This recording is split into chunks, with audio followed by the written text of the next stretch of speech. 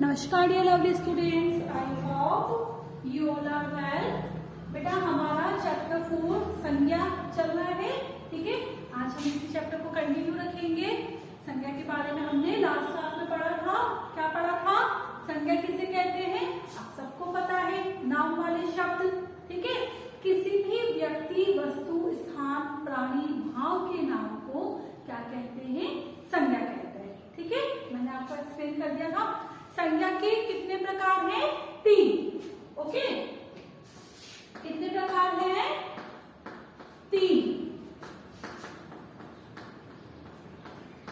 3 प्रकार है, ओके। कौन कौन से हैं?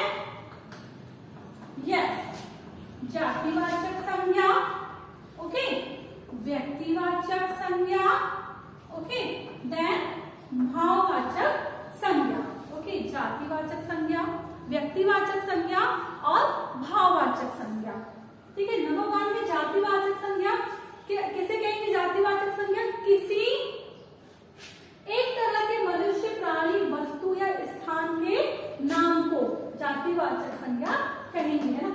किसी एक तरह के, ओके। किसी सिर्फ एक व्यक्ति के लिए नहीं कहा जा रहा है, यहाँ पर एक तरह के व्यक्ति के लिए कहा जा रहा है, ठीक है। जैसे कि गाय घास खाती है ना, सभी गाय घास खाती है, ओके। जैसे कि ये क्या है, सब देखेंगे क्या है ये? बकरी है, क्या है? बकरी है, ओके। बकरी क्या करती है? घास खाती है, ओके। अगर हम कहेंगे कि बकरी घास खाती है तो दुनिया की सारी बकरियां घास खाती है ना। बकरी क्या है? पेट एनिमल है ना। इंग्लिश में पढ़ा है आपने, एसएससी में भी पढ़ा है। बकरी जो है ये क्या है? पालतू जानवर, है ना। बकरी पालतू जानवर है ना। ये जो सेंटेंस हमने लिखा है ये संज्ञा के अंतर्गत आएगा, ठीक है। हम पूरी बकरी जाति के लिए कह रहे हैं, जितनी भी बकरियां हैं सभी घास खाती है। मैंने पर्टिकुलर किसी एक बकरी के लिए नहीं कहा है, सभी बकरियों के लिए कहा है। तो जो बकरी शब्द है वो क्या है? जातिवाचक संज्ञा है। इसी तरीके से ये क्या है देखेंगे सब ध्यान से। पैरट है, तोता क्या खाता है? क्या खाता है तोता? तोता मिर्ची खाता है, ओके। तोता मिर्ची खाता है। इसमें जो तोता है वो भी सारे तोते मिर्ची खाते हैं, संपूर्ण जाति के लिए कहा गया है। पूरे तोते की जो जाति है उसके लिए कहा गया है। मैंने किसी पर्टिकुलर एक तोते का नाम नहीं लिया है ना। तो ये जातिवाचक के अंतर्गत आएगा। किसी एक तरह के मनुष्य, प्राणी, वस्तु या स्थान के नाम को, ठीक है। इसमें तो मैंने आपको प्राणियों के नाम बताए हैं, है ना। इसमें हम किसी मनुष्य का नाम भी लिख सकते, कोई वस्तु भी हो सकती है, ठीक है ना। अब जैसे मैं कहूंगी हथौड़ी से लकड़ी को काटा, तो हथौड़ी सिर्फ एक नहीं है, बहुत सारी हथौड़ियां हैं, ठीक है ना। सब हथौड़ियों से लकड़ी को काटा जा सकता है, ठीक है। तो इसमें मैंने आपको जातिवाचक के बारे में तो बताया ही है। इसके अलावा आपको ये भी पता चला कि बकरी पालतू जानवर है ना। बकरी और तोता भी, है ना। तोता भी सब लोग घर में पालते हैं, है ना। बकरी से दूध मिलता है हमें। बकरी का दूध छोटे बच्चों को पिलाया जाता है, जिसमें बहुत सारा प्रोटीन, विटामिन वगैरह होते हैं, ओके। बकरी का जो दूध होता है वो थोड़ा पतला होता है, बहुत ज्यादा गाढ़ा नहीं होता है, जो डाइजेशन में भी सही रहता है। इसलिए छोटे बच्चों को बकरी का दूध पिलाया जाता है, ठीक है। नेक्स्ट हमारे टॉपिक पे आते हैं हम, व्यक्तिवाचक संज्ञा, ओके। किसी एक व्यक्ति, वस्तु, प्राणी या स्थान के निजी नाम को व्यक्तिवाचक संज्ञा कहेंगे। अब यहाँ पर हम बात कर रहे हैं सिर्फ एक व्यक्ति की, ओके। यहाँ पर हमने पूरी जाति की बात करी है, सारी बकरियों की, सारे तोते जितने भी हैं उनकी बात करी है। लेकिन यहाँ पर हम किसी एक व्यक्ति की, एक प्राणी की बात करेंगे। जैसे कि अगर मैं कहूंगी कि हमारे क्लास में से जैसे कि साकेत है, ओके। साकेत विद्यालय जा रहा है, मैंने सिर्फ साकेत के लिए कहा है ना। साकेत विद्यालय जा रहा है। तो ये साकेत जो है वो क्या है संज्ञा है। इसमें विद्यालय भी संज्ञा है क्योंकि पर्टिकुलर एक ही जगह का हमने नाम लिया है, ठीक है ना, एक ही जगह का नाम लिया है और साकेत भी सिर्फ एक है। क्या सारे जितने भी लोग हैं दुनिया में सभी साकेत है? नहीं।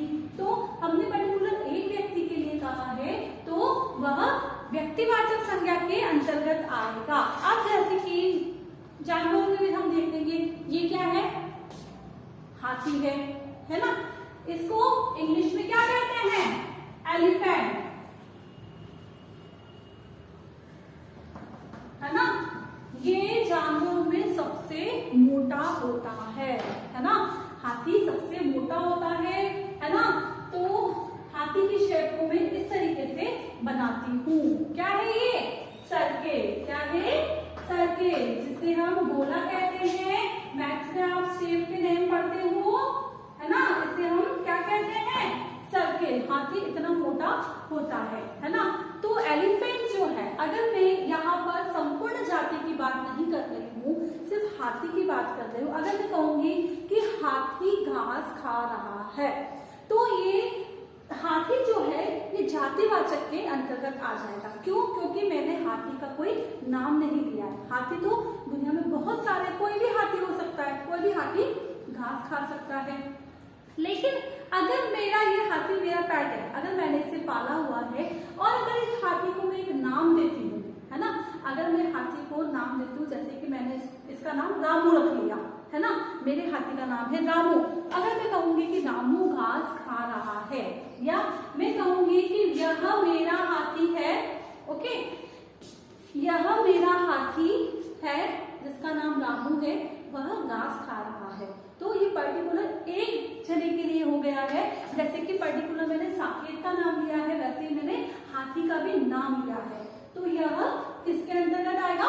व्यक्तिवाचक संज्ञा के अंतर्गत आ जाएगा, ठीक है ना। ये व्यक्तिवाचक संज्ञा हो गई। नेक्स्ट हमारा है भाववाचक संज्ञा। भाववाचक संज्ञा किसके अंतर्गत आएगा? हम किसी भी चीज को अनुभव करते हैं, हमारे मन में जो भी चीज हम अनुभव करते हैं वो भाववाचक के अंतर्गत आएगी, ठीक है। जैसे कि ये क्या है? सबको पता है मैंगो है, ठीक है। तो जब हम आम खाते हैं तो हम क्या कहते हैं? आम मीठा है, ओके, आम मीठा है। तो ये जो मीठा है, जो हमें मिठास लग रही है, ये क्या है? ये भाववाचक संज्ञा के अंतर्गत आएगा। इसी तरीके से अगर हमें किसी चीज की बहुत खुशी हो रही है, हम खुश हो रहे हैं, हंस रहे हैं, हमारे चेहरे पे स्माइल है ना, अगर हमारे चेहरे पे इस तरीके से स्माइल है, हम हंस रहे हैं, तो ये क्या है? ये हमारे हंसने का भाव है, ये संज्ञा के अंतर्गत आएगा। अगर हमें किसी ने डांटा है या हम किसी बात से परेशान हैं, हम रो रहे हैं, हमारे आंसू टपक रहे हैं, तो ये किसके अंतर्गत आएगा? दुखी होने का भाव है, ठीक है, तो ये भी संज्ञा के अंतर्गत आएगा, ओके। तो हम आम की बात कर रहे हैं, आम मीठा है, मिठास है आम में, ये संज्ञा के अंतर्गत आएगा।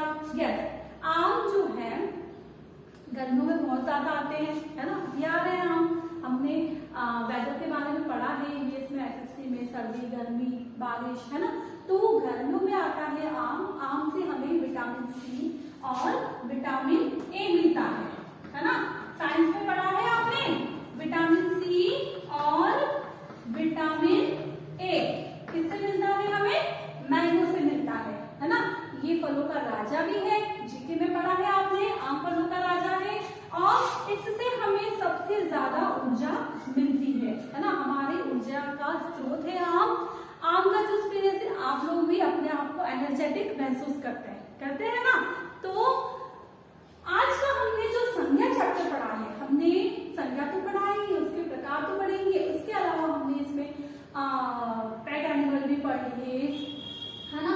इसमें हमने मैथ्स के बारे में भी पढ़ लिया, ओके, भाव हमने पढ़े, साइंस के बारे में भी पढ़ लिया। तो बेटा हमारा मोटिव ये है कि जो भाव, जो जातिवाचक संज्ञा है, जो भाववाचक संज्ञा है, व्यक्तिवाचक संज्ञा है, आप इसे समझें, ठीक है। आई होप आप सभी को अच्छे से समझ आ गया होगा। यहाँ